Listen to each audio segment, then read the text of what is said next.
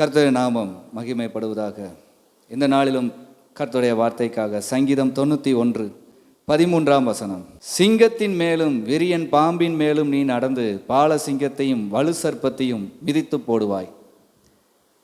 சங்கீதம் 91 எல்லாருக்குமே ஒரு பலனான ஒரு சங்கீதம். இப்படியாக மாத்திரம் நாம் தேவனுக்குள் நடந்து கொண்டால் தேவன் நமக்கு இவ்வளவு பெரிய காரியத்தை செய்வார் என்கிற நிச்சயமுடைய ஒரு சங்கீதம். இந்த சங்கீதத்தை தியானித்து இதன்படி வெற்றி பெற்றவர்கள் இன்றைக்கும் அநேக பேர் உண்டு. இவ்வளவு ஆசீர்வாதத்தையும் பெறுவதற்கு இந்த சங்கீதத்தில் மேலே இருக்கிற ஒரே வசனம் தான், முதல் வசனம் மட்டும்தான். உன்னதமானவரின் மறைவில் இருக்கிறவன் சர்வ வல்லவருடைய நிதம். இந்த ஒரு காரியம் மாத்திரம் உங்களுடைய வாழ்க்கையில் இருக்குமானால், அந்த நிழலில் தங்குகிற ஒரு அனுபவம் உங்களுக்கு இருக்குமானால், உங்களுடைய வாழ்க்கையில் வருகிற எந்த ஒரு போராட்டம், பிரச்சனை, கண்ணிகள், வருத்தங்கள், சோதனைகள், வேதனைகள் எல்லாவற்றிலும் தேவன் உங்களோடு நடத்துவார் என்பதற்கு ஒரு அடையாளமாக இந்த சங்கீதம் 91 எழுதப்படுகிறது. இதை வேத கூட்டுகளின்படி பார்த்தால் சில பேர் சொல்லுகிறது என்னவென்றால் இது ஒரு மோசேயின் சங்கீதம். ஏனால் சங்கீதம் 90 பாடினவர் மோசே.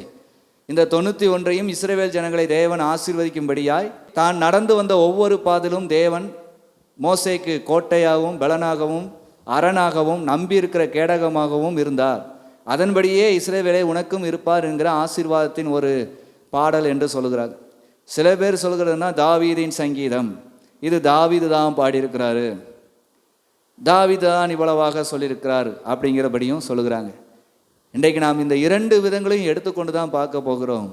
சிங்கத்தின் மேலும் விரியன் பாம்பின் மேலும் நீ நடந்து பால சிங்கத்தையும் வலு சர்ப்பத்தையும் மிதித்து போடுவாய். இந்த வார்த்தை எவ்வளவு ஒரு உண்மையான வார்த்தை. சிங்கம் என்றால் எதை குறிக்கிறது? பால சிங்கம் எது?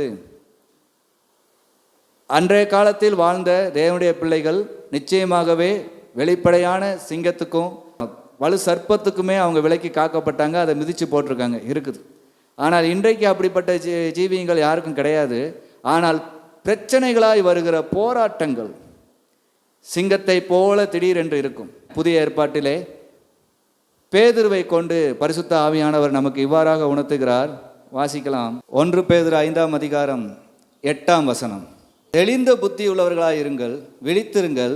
ஏனெனில் உங்கள் எதிராளியாகிய பிசாசானவன் கெர்ச்சிக்கிற சிங்கம் போல் எவனை விழுங்கலாமோ என்று வகை தேடி சுற்றித் திரிகிறான். கெர்ச்சிக்கிற சிங்கம் போல.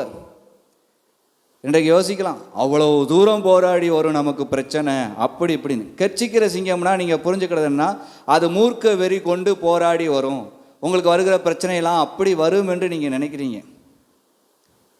ஆனால் இங்கே புதிய ஏற்பாட்டில் பேதுருவை கொண்டு பரிசுத்தாவியானவர் உணர்த்துகிறது, நீங்கள் நினைக்கிற நினைவின்படி இல்லை. கெர்ச்சிக்கிற சிங்கம் போல உங்கள் எதிராளியாக பிசாசானவன் எவனை விழுங்கலாமோ என்று சுற்றி திரிகிறான்னா, சிங்கம் கெர்ச்சித்து வருகிறதுங்கும் போது உலக பிரகாரமாக நீங்கள் சிந்திக்கிறீங்க, அது ஆளை விழுங்குமா? அப்படியே ஒரு பாம்பு போல ஆளை முழுங்கிருமா? முழுங்காது. கடித்து மென்று வேணா சாப்பிடும், அடுத்து மென்று வேணா முழுங்கும். கடிக்காமல் என்னாகாது, அப்படியே முழுங்காதால முடியாது. ஆனால் இங்கே நன்றாக வாசித்தா தெரியும், எவனை விழுங்கலாமோ என்று சுற்றிதான். புரிந்து கொள்ள வேண்டிய விஷயம், கெர்ச்சிக்கிற சிங்கம் போல வருவான் என்றால் உங்களுக்கு ஒரு போராட்டமும் சோதனையும் வந்து பிசாசு கொடுக்குறான்றீங்க சொல்ல முடியாது.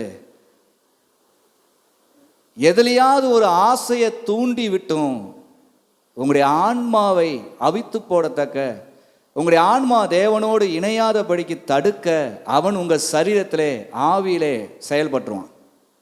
அதைத்தான் சொல்லப்படுது. உங்களுக்கு தோன்றாத ஆசைகளை தோன்ற வைக்க முடியும்.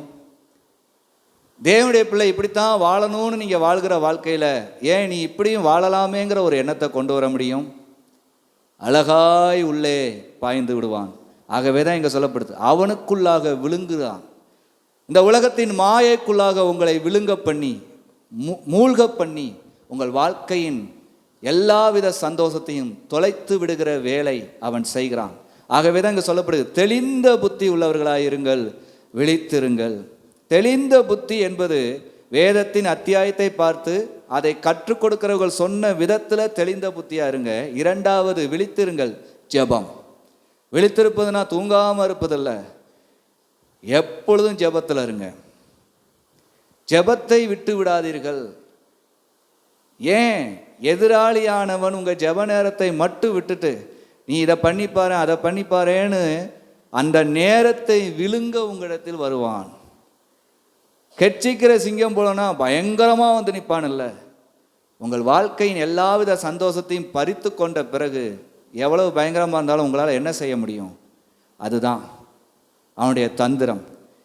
இதை பழைய ஏற்பாட்டு காலத்திலே அருமையான மோசையை கொண்டு தேவன் சொல்லியிருக்கிறார். சிங்கத்தின் மேலும் விரியன் பாம்பின் மேலும் நீ நடந்து, பால சிங்கம் ஆங்கிலத்திலே பார்த்தா யங் லயன். யங் லயன்னா வாட்ட சாட்டமான சிங்கம், சுறுசுறுப்போடு இருக்கிற சிங்கம், தான் நினைச்சதை சாதிக்கிற சிங்கம். அப்படிப்பட்ட சிங்கத்தை நீ மிதித்து போடுவாய், வலு சர்ப்பத்தையும் மிதிப்பாய். உண்மையாகவே தேவனுடைய ஜனங்கள் வலு சர்ப்பத்தை மிதித்தவர்கள் தான். எந்த அர்த்தத்திலே சொல்லப்படுகிறது? ஏசாயா 51 அதிகாரம், ஏசாயா 51:9. எலும்பு எலும்பு பெலன்கொள், கர்த்தரின் புயமே, முந்தின நாட்களிலும் பூர்வ தலைமுறைகளிலும் எழும்பினபடி எலும்பு, ராகாபை துண்டித்ததும் வலு சர்ப்பத்தை வதைத்ததும் நீதான் அல்லவோ. வாசிக்கும் போது எப்படி இருக்குது? யாரா இருக்கும்? உங்களுக்கே ஓடிடும், இது நாங்கள் தான் அப்படின்னு. கொஞ்சம் கவனிக்கணும். எதுவுமே நம்ம தான் இருக்கிறது. யாருக்கு சொல்லப்படுகிறது? யார் இதை சொல்லுகிறார்? ஏசாயா தீர்க்கதரிசியை கொண்டு கர்த்தர் இஸ்ரவேல் ஜனத்துக்கு சொல்லுகிறார். எலும்பு எலும்பு பெலன்கொள், நீ வலு சர்ப்பத்தை வதைத்தாய். எப்பொழுது வதைத்தாய்? வலு சர்ப்பம் என்பது இங்கே எதை குறிக்கிறது? கடலை குறிக்கிறது. கடல் என்பது பார்த்தீங்கன்னா மிக நீண்ட கோணலாய் வளைந்து வளைந்து செல்கிற ஒரு பயங்கரமான நீர்ப்பரப்பு. மேப்பில் பார்த்தீங்கன்னா அப்படி தான் இருக்கும். மேப்பில் பார்த்தா அதுக்கு நீளமாக போய்கிட்டு இருக்கும், வளைந்து வளைந்து தான் இருக்கும். கடற்கரையில் நின்று பாருங்கள், ஒரு இடத்துல நின்று நீங்கள் மற்ற இடத்துல அப்படியே கடற்கரையை பார்த்தீங்கன்னா அப்படியே வளையும். எந்த பக்கம் போய் முடியுதுன்னே தெரியாத அளவுக்கு அப்படியே ஒரு பக்கமாக வளையும். நீங்கள் கடற்கரையிலே நடந்து போயெல்லாம் பார்த்தீங்கன்னா வளைஞ்சு வளைஞ்சு எங்கேயோ தான் போகும்.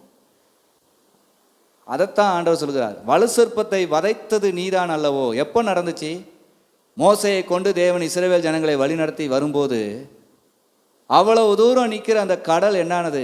தேவனுடைய ஜனங்களுக்காக வழி விட்டது. ஆண்டவர் ஏசாயா கொண்டு இங்கே சொல்லுகிறார், அதை நீதானே பண்ணுன அப்படின்னு. அர்த்தம் என்ன? உனக்காக நான் இவ்வளவு பண்ணின கர்த்தர், நீ இன்னும் என்னை நோக்கி வேண்டுவாயானால் நான் உனக்காக இதை செய்ய மாட்டேனோ அப்படிங்கிற நிச்சயத்தை குறிக்கிறது. இதை படிக்கும்போது சில பெருமைகள் வந்துடும். பெருமைப்படாதீங்க. நீதான ஒன்று, ஆமாம் நாங்கள் தானேன்னு. உங்களுக்காக தேவன் செய்தார். ஏசாயா தீர்க்கதரிசி இங்கே எதை பார்த்து சொல்கிறான்னு, இஸ்ரவேலே உனக்காக தேவன் இவ்வளவு செய்தார், நீ தான் இதை செய்திருக்கேன்னு உலகத்தில் வச்சிருக்கிறாரு. நீ பார்த்து தான் தேவன் செய்தார்னு சொல்லும் போது அந்த உலகத்துக்கு தெரியும். நீ தான் சொல்லும்போது நீ ஒரு பெருமையை கொள்ளாத. உனக்காக தேவன் இறங்கி வந்த அந்த அன்பை பார்.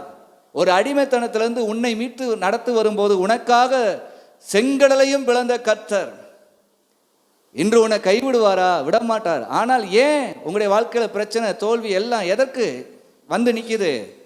நீங்கள் தேவனை மறந்து விட்டு உங்களுடைய சுயபலனை நம்புகிறதுனால் தானே அப்படிங்கிறதான் இந்த ஏசாயா 51. ஆபிரகாம் தேவன் நடத்தி வந்த ஆபிரகாமை மறந்துட்டீங்க, சாராளை மறந்துட்டீங்க, அவர்களுடைய கீழ்ப்படுதலை மறந்துட்டீங்க, அவங்களுடைய உண்மையை மறந்துட்டீங்க. இன்னைக்கு சிங்கம் கர்ச்சிக்கிறது, இன்னைக்கு எங்களுடைய வாழ்க்கையெல்லாம் சூறையாடுது, நாங்கள் மாயையில் விழுந்துட்டோம், நாங்கள் இப்படி விட்டுட்டோம் அப்படின்னு பல பிரச்சனைக்கு ஆளாகி நிற்கிறதுக்கு ஒரே ஒரு காரணம் என்ன? தேவனை மறப்பது தான். பெருமை. ஏன் நாங்கள் இதை செஞ்சோம், நாங்கள் அப்படி செஞ்சோம், இப்படி செஞ்சோம். தேவனுடைய பிள்ளைகள் ஒரு நாளும் நாங்கள் செய்தோம் என்று சொல்வதற்கு ஒன்றுமே இல்லை. தேவன் கூட இருந்ததினால் அவர் இதை செய்து முடித்தார். அவர் எங்களுக்கு இதை செய்ய பலன் கொடுத்தார். இப்போ சிங்கத்தின் மேலும் வலு சர்ப்பத்தின் மேலும் நீ நடந்து பால சிங்கத்தையும் வலு சர்ப்பத்தையும் மிதித்து போடுவா என்று சொல்கிறதுக்கு அர்த்தம் என்ன? கடலும் உங்களுக்கு வழிவிடும். கடலை வழியாகவும் தேவன் உங்களை கடந்து போக பண்ணுகிறார். இப்படியாக ஒரு சோதனை மத்தியில் நீங்கள் கடக்கணுமானாலும் தேவனை முன்வைத்து நீங்கள் நடக்கும்போது அந்த கடல் பெரியும், அந்த சோதனை உங்களை விட்டு விலகும். அதற்கு நீங்கள் பயப்படுங்கிற அவசியமே இல்லை, ஆண்டவர் புதிதாக ஒன்றை செய்யவில்லை, ஏற்கனவே செய்தது தான் உங்களுக்கும் செய்கிறார். ஆனால் நீங்கள் புதுசாக ஒரு காரியத்தை கடக்கிற மாதிரி உங்களுக்காக கற்பனையாக இருக்கலாம், இன்றைக்கி வெளிப்படுத்தியே கொடுக்குறார். பிறகு ஏன் பயப்படணும்? இவ்வளவும் நீங்கள் நடத்துவதற்கு தேவன் உங்களோடு இருந்து இன்னைக்கு இந்த காரியத்தை இந்த வாரம் செய்வதற்கு நீங்கள் ஒன்றை செய்ய வேண்டியது அவசியமாக இருக்குது. சங்கீதம் 91:9 எனக்கு அடைக்கலமாக இருக்கிற உன்னதமான கர்த்தரை உனக்கு தாபரமாக கொண்டாய். மோசேக்கு அடைக்கலமாக இருந்த கர்த்தர், அடைக்கலம் ஆங்கிலத்தில் ரெஃப்யூஜ் அப்படின்னு சொல்லப்படுது.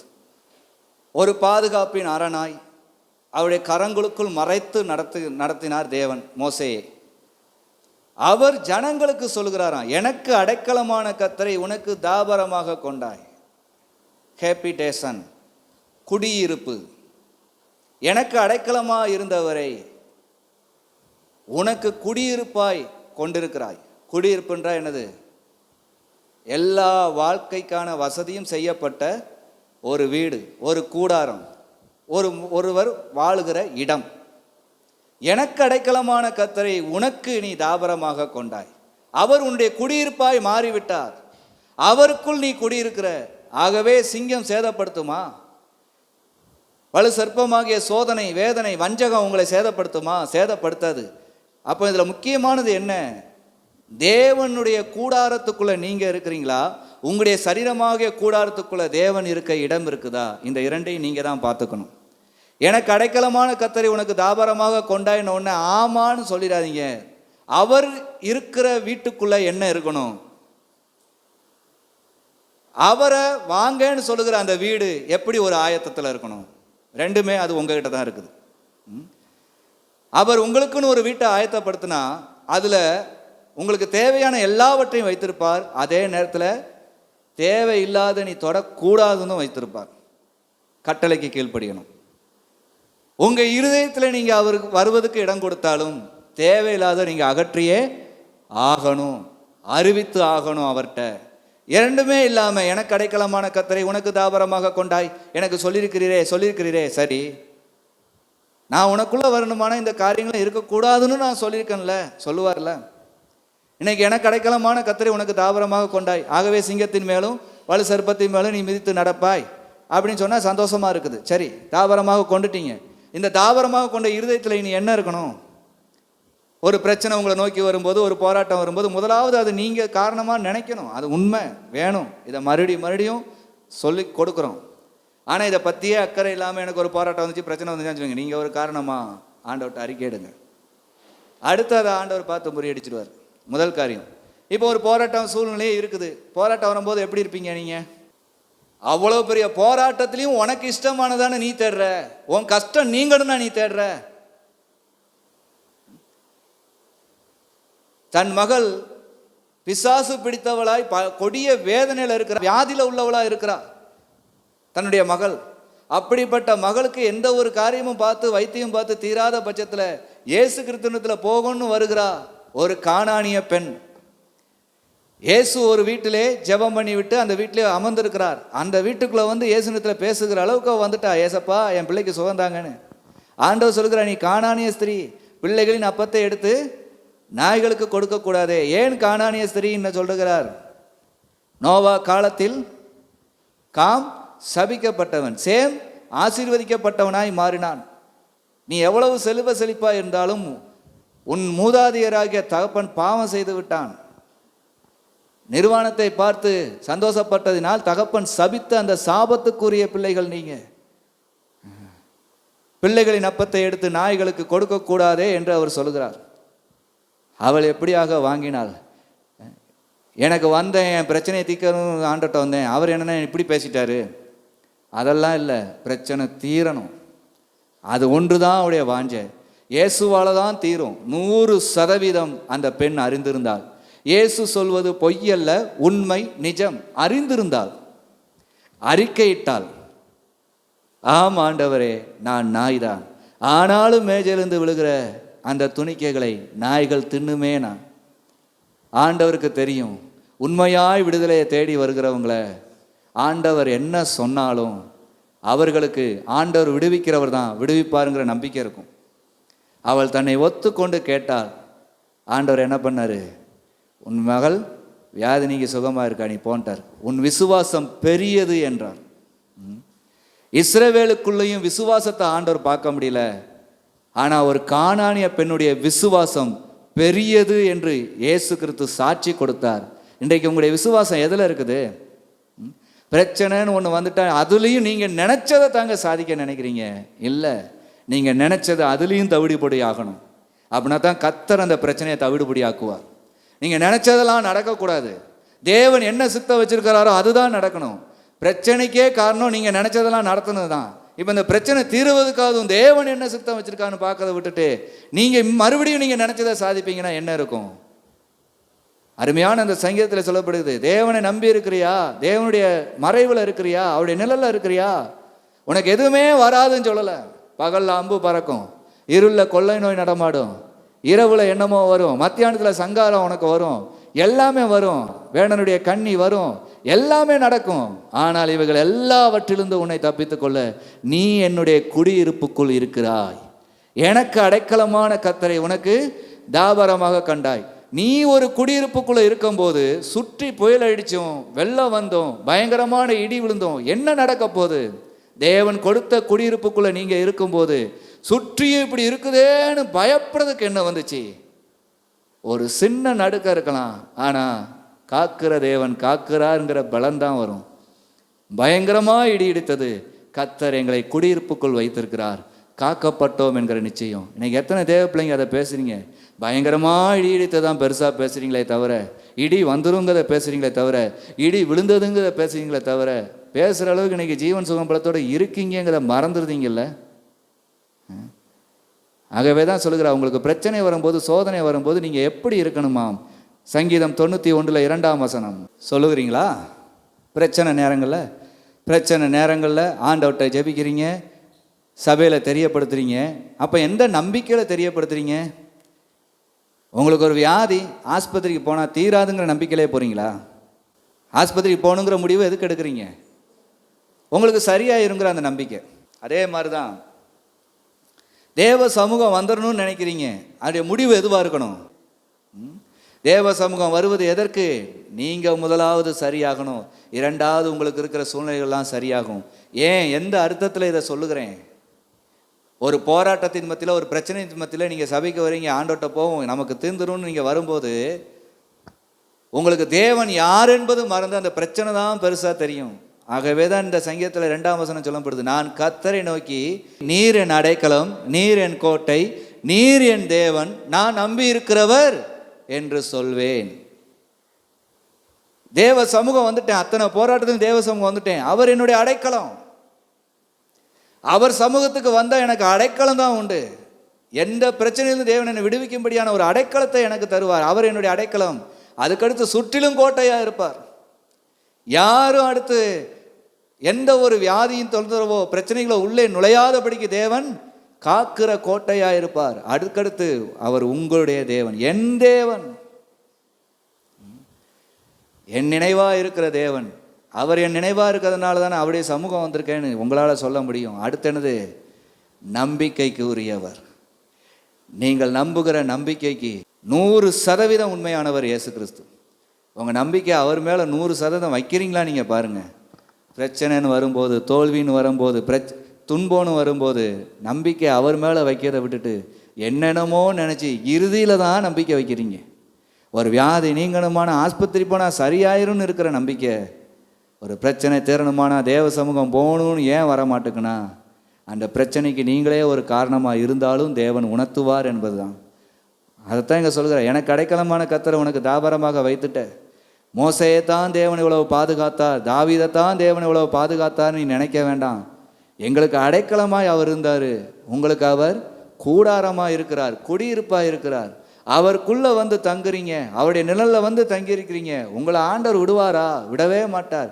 ஆனால் அவரை போட்டுக்கிறத விட்டுட்டு உங்களையே நீங்கள் நினைக்கிறீங்களே, வலு சர்ப்பத்தை வதைத்தது நீ தானே? ஆமாம் ஆமாம், நாங்கள் ஒரு காலத்தில் இவ்வளோ கஷ்டத்தை தாண்டி வந்தோம் தானே சொல்கிற. தாண்ட செய்தார்னு சொல்ல முடியுதா? நினச்சி பாருங்கங்க, எல்லாமே வாயின் அறிக்கையில் தான் இருக்குது. சிங்கத்தின் மேலும் வலு சர்ப்பத்தின் மீதும் நீ மிதித்து நடப்பாய், அவைகளை நீ மிதித்து போடுவாய் என்று சொன்னா உங்களுக்கு வருகிற பிரச்சனைகள், சோதனைகள், வஞ்சகங்கள், நெருக்கங்கள் எதுவும் உங்களை தீண்டாதபடி அவருடைய மறைவுக்குள்ளேயே இருக்க ஆசைப்படுங்க. பெருமையை காட்ட வேண்டாம், நாங்கள் யாருன்னு நிரூபிக்க வேண்டாம். கர்த்தர் யார் என்று தெரிந்தால் போதும். நீங்கள் யார் என்பதை எல்லாரும் சொல்லிடுவாங்க. ஆகவே உங்களை நடத்துகிற கர்த்தர் யார் என்று சொல்லுகிற அளவுக்கு நீங்கள் அவருடைய மறைவுக்குள்ளாக வாங்க. அவருடைய குடியிருப்பாகிய அவருடைய இருதயத்தின் நினைவுக்குள்ளாக நீங்கள் இருங்க. ஒரு சோதனை வரும்போது அவர் உங்களுக்கு முன்னாடி வந்த சோதனைக்கு எப்படிப்பட்ட தேவனாய், கோட்டையாய், அடைக்கலமாய், எவ்வளவு நம்பிக்கைக்குரியவராய் இருந்தார் என்பதை மறக்காத ஒரு நன்றியை செலுத்துங்க. இவைகளெல்லாம் இருக்கும்போது கெர்ச்சிக்கும் சிங்கங்களோ ஓநாயின் கூட்டங்களோ தேவனுடைய ஆடுகளாகிய உங்களை அது நெருங்குவதும் இல்லை, இந்த மந்தையை வந்து நெருக்கி பட்சிப்பதும் இல்லை. புரிந்து கொள்ளுங்கள். எனக்கு அடைக்கலமான கர்த்தரை உனக்கு தாபாரமாக கொண்டாய். அவர் உங்களுடைய இருதயத்தில் குடியிருக்க வேண்டும் என்றால் இருதயத்தில் ஆகாததை அகற்றி தேவனுக்கு பிரியமானதை இருதயத்திலே வைத்து நடங்க. நிச்சயமாகவே பால சிங்கமோ வலு சர்ப்பமோ, பெரிய போராட்டங்களோ, நெருங்கி நிற்கிற வஞ்சகங்களோ, சோதனைகளோ உங்களை ஒன்றும் செய்யாது. அவைகளை நீங்கள் மிதித்து தேவன் உங்களை உயர்த்தி அடைக்கலத்திலே தான் வைப்பார். கர்த்தர் உங்களோடு பெரிய காரியத்தை செய்வாராக. நாம் முழங்கால் படிடுவோம்.